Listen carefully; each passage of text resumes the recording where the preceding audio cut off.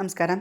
ഇന്ന് നമുക്ക് പഴയ ടീഷർട്ട് ഇതുപോലെ ഡാമേജൊക്കെ വന്ന കളറൊക്കെ പിടിച്ച ടീഷർട്ടൊക്കെ ഉണ്ടെങ്കിൽ അതുകൊണ്ടുണ്ടാക്കാൻ പറ്റുന്ന ഒരു അടിപൊളി ഐറ്റം പരിചയപ്പെടാം. ഇതിനു വേണ്ടി ഞാനിവിടെ ഒരു 2-3 ടീഷർട്ട് എടുത്ത് വെച്ചിട്ടുണ്ട് കേട്ടോ. അപ്പോൾ അതിന് നമുക്ക് ആദ്യം തന്നെ ഇതുപോലൊരു റിങ് ഉപയോഗിച്ചിട്ട് വൃത്തിയായിട്ട് വക്ക് മൂലൊക്കെ അങ്ങനെ വൃത്തിയായിട്ട് അരുകൊക്കെ ഇങ്ങനെ അയൺ ചെയ്യേണ്ട കാര്യമൊന്നുമില്ല. കൈ കൊണ്ട് ഇങ്ങനെ വെടിപ്പാക്കിയിട്ട് ഒരു അടയാളം വെച്ച് കൊടുക്കാം. ഇങ്ങനെ ഒരു റിങ് ഇല്ലെങ്കിൽ നിങ്ങൾക്ക് എന്താണോ കയ്യിലുള്ളത് അത് വെച്ചിട്ട് ഇങ്ങനെ ഒരു റൗണ്ട് ചെയ്ത് കൊടുക്കുക. ശേഷം ഇതുപോലെ നമ്മൾ വെട്ടിയെടുക്കുക കേട്ടോ കത്തിരി കൊണ്ട്.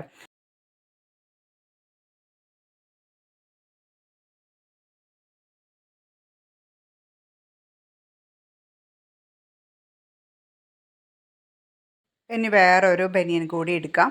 ഇത് മുകളിലേക്ക് വെച്ചിട്ട് വെട്ടിയെടുക്കാവുന്നതേ ഉള്ളൂ. അങ്ങനെ ബുദ്ധിമുട്ടാണെങ്കിൽ മാത്രം ഇങ്ങനെ സിംഗിളായിട്ട് വെട്ടിയാലും മതി കേട്ടോ.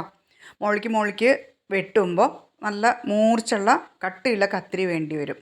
അതല്ല ബുദ്ധിമുട്ടാണെങ്കിൽ ഒറ്റയ്ക്ക് വെട്ടിയെടുക്കാം. എങ്ങനെയായാലും കുഴപ്പമില്ല. അതിൻ്റെ അളവൊക്കെ ഏകദേശം ഒരേപോലെ ആവാൻ ശ്രദ്ധിക്കുക കേട്ടോ. അത് മാത്രം ശ്രദ്ധിച്ചാൽ മതി.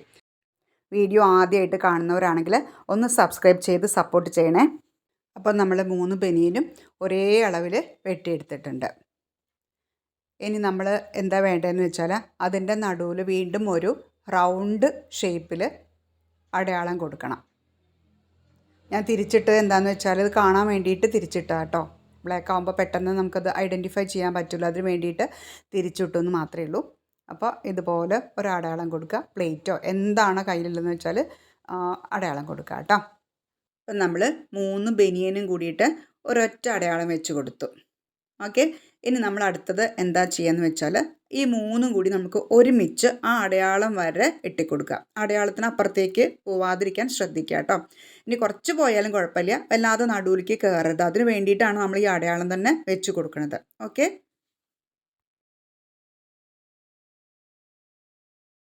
ഇതിപ്പോൾ ബനിയൻ ആയതുകൊണ്ട് എന്താ സവിശേഷത ഉള്ളതെന്ന് വെച്ചാൽ ഇതിൻ്റെ അടുപ്പിച്ചിട്ടാണ് അപ്പോൾ നമ്മൾ വെട്ടിയത്, അല്ലെങ്കിൽ ഗ്യാപ്പ് ഇട്ടിട്ടാണ് വെട്ടിയതെന്ന് വെച്ചാലും നൂല് ഇളകിപ്പോരില്ല. അതാണ് ഇതിൻ്റെ സവിശേഷത കേട്ടോ. അപ്പോൾ നമുക്ക് നമ്മുടെ ഇഷ്ടപ്രകാരം എങ്ങനെയാണെന്ന് വെച്ചാലും വെട്ടിയെടുക്കാവുന്നതേ ഉള്ളൂ. അപ്പോൾ ഏകദേശം ഇത് വെട്ടിക്കഴിഞ്ഞു. വെട്ടുമ്പോൾ ഒക്കെ ഒപ്പം വെച്ചിട്ട് വെട്ടിക്കോളൂ. അപ്പോൾ അതൊരു വൃത്തിയായിട്ട് നമുക്ക് ഉപയോഗിക്കാൻ പറ്റും. അല്ലെങ്കിൽ അത് ഒന്ന് വലുത് ഒന്ന് ചെറുത് എന്നുള്ളൊക്കെ ഒരു അവസ്ഥ വരും. അത് ഒഴിവാക്കാൻ വേണ്ടിയിട്ട് എല്ലാം ഒരേപോലെ വെച്ചിട്ട് വെട്ടുക കേട്ടോ. ഇപ്പോൾ നമ്മളിതാ വെച്ചതെല്ലാം തന്നെ ഒരേപോലെ തന്നെ വന്നിട്ടുണ്ട്. ഇനി എന്താ അതിന് വേണ്ടതെന്ന് വെച്ചാൽ അതിൻ്റെ നടുവിൽ ചെറിയ ഇതുപോലെ ഒരു അടയാളം വെച്ച് കൊടുക്കുക. എന്നിട്ട് അതിൻ്റെ നടു പിടിച്ചിട്ട് ഇതുപോലെ കത്തിരി കൊണ്ട് ഒരു വെട്ട് കൊടുക്കുക. വെട്ട് കൊടുക്കുമ്പോൾ സൂക്ഷിക്കണം, വല്ലാതെ വെട്ട് കൂടരുത്. ചെറിയൊരു വെട്ട് മതി കേട്ടോ. ഇനി വല്ലാതെ വെട്ട് കൂടിയാലും കുഴപ്പമില്ല. പക്ഷെ അപ്പത്തിരി നമുക്ക് പെട്ടെന്ന് ചെയ്തേണ്ട പണിക്ക് കുറച്ചധികം സമയം എടുക്കുമെന്ന് മാത്രമേ ഉള്ളൂ. കണ്ടോ, ഇതുപോലെ ഒരു ഹോള് കണ്ടോ, ഇത്ര ഒരു ഹോള്. അടുത്ത് നമ്മൾ എന്താണെന്ന് വെച്ചാൽ ഇതുപോലെ ഒരു പൈപ്പ് തയ്യാറാക്കി എടുക്കുക. പൈപ്പ് നമ്മുടെ വീടുകളിലൊക്കെ ഉണ്ടായിരിക്കും. ഇതിന് പൈപ്പിൻ്റെ വലിപ്പം ചെറുതോ വലുതോ അതൊക്കെ നമ്മുടെ സൗകര്യത്തിനനുസരിച്ചിട്ട് ഉപയോഗിക്കാം കേട്ടോ. അപ്പോൾ എൻ്റെ അടുത്തുള്ള പൈപ്പ് ഈ ഒരു വണ്ണത്തിലുള്ളതാണ്. ഇതിൻ്റെ നടുവിൽ ഹോളിടാൻ നമ്മൾ ഒരു ഇരുമ്പിൻ്റെ എന്തെങ്കിലുമൊക്കെ ഒന്ന് വെച്ചിട്ട് ഇങ്ങനെ ചൂടാക്കിയാൽ മതി. അപ്പം നമുക്ക് നല്ല പാകത്തിന് ഒരേ വലുപ്പത്തിലുള്ള ഹോള് കിട്ടും. ഓക്കെ. ഇനി ആ ഹോളിൻ്റെ ഉള്ളിൽ കൂടെ ഇതുപോലെ കുറച്ച് കട്ടിയുള്ള നാട കൊണ്ട് കെട്ടിക്കൊടുക്കുക. ആ ഹോൾ എന്തിനാന്ന് വെച്ചാൽ ഈ നൂല് മുറുക്കി കെട്ടിയിട്ട് അവിടെ ഉറച്ചു നിൽക്കാൻ വേണ്ടിയിട്ടാണ് ഹോള് ഇടുന്നത് കേട്ടോ. ഹോള് നിർബന്ധമാണ്, ഹോളിടാൻ ഒഴിവാക്കരുത്. ഒരു പണിയില്ല. പപ്പടക്കോലോ അല്ലെങ്കിൽ ഇരുമ്പിൻ്റെ അങ്ങനെ എന്തെങ്കിലും ഒന്ന് ചൂടാക്കിയാൽ മതി. എന്നിട്ട് നമ്മൾ ഈ ഹോളിൻ്റെ കെട്ടിയ ഭാഗത്തിൻ്റെ ഓപ്പോസിറ്റ് ഭാഗം അതിൻ്റെ ഉള്ളിൽ കൂടെ ഇതുപോലെ ഇറക്കി കൊടുക്കുക. ഇപ്പോൾ കണ്ടു, നമ്മൾ നേരത്തെ വെട്ടി വെച്ച് നടുവിൽ ഒരു വെട്ടൊക്കെ കൊടുത്ത തുണി ഇതുപോലെ നല്ലൊരു മോപ്പായി. ഇനി ഇതിന് കെട്ടാൻ വേണ്ടിയിട്ട് ഇതുപോലെ ഒരു ചൂടിക്കയറെടുക്കുക. ചണമെന്നൊക്കെ പലരും പറയും, ചൂടിക്കയർ അല്ലെങ്കിൽ പഴയ തുണി എടുത്താലും മതി. ഞാനിപ്പോൾ ചൂടി കൊണ്ടാണിത് കെട്ടുന്നത്. അതും ഇതുപോലെ മുകളിലേക്ക് ഒരു കെട്ട് കൊടുക്കുക. എന്നിട്ട് ചുറ്റിയിട്ട് കെട്ടുക. ഒരു കഷ്ണം അവിടെ വിട്ടിട്ട് ബാക്കി ഇങ്ങനെ മുറുക്കി ചുറ്റിയാൽ മതി.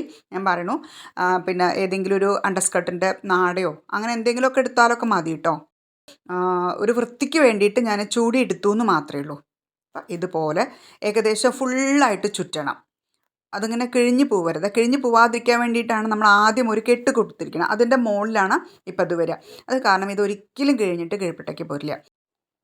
അപ്പോൾ ഇതുപോലെ കേടുവന്ന നമ്മുടെ ബനിയനുകളൊക്കെ കൂട്ടി വെച്ചിട്ട് ഇതുപോലെ നല്ല മോപ്പ് ഉണ്ടാക്കുക. പുറത്തെ മോപ്പിനൊക്കെ നമുക്കറിയാലോ 200ൻ്റെ മുകളിലാണ് മോപ്പിൻ്റെ വില. ബാക്കി വരുന്ന തൂങ്ങി നിൽക്കുന്നതൊക്കെ ദാ ഇതുപോലെ വെട്ടിക്കൊടുക്കുക.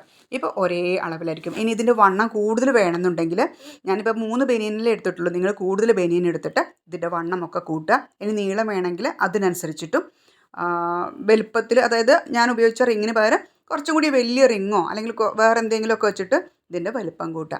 അപ്പോൾ വളരെ സിമ്പിളല്ലേ? അപ്പോൾ ഒന്ന് ഉണ്ടാക്കി നോക്കൂ എല്ലാവരും കേട്ടോ.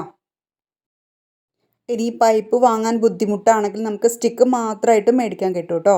ഹോൾസെയിൽ കടകളിൽ നിന്ന് മേടിക്കാൻ കിട്ടും. അത് കൊണ്ട് നമുക്കിങ്ങനെ മോപ്പ് ഉണ്ടാക്കാവുന്നതേ ഉള്ളൂ. അപ്പോൾ വീഡിയോ കണ്ട് സപ്പോർട്ട് ചെയ്യാൻ മറക്കല്ലേ. Okay, thank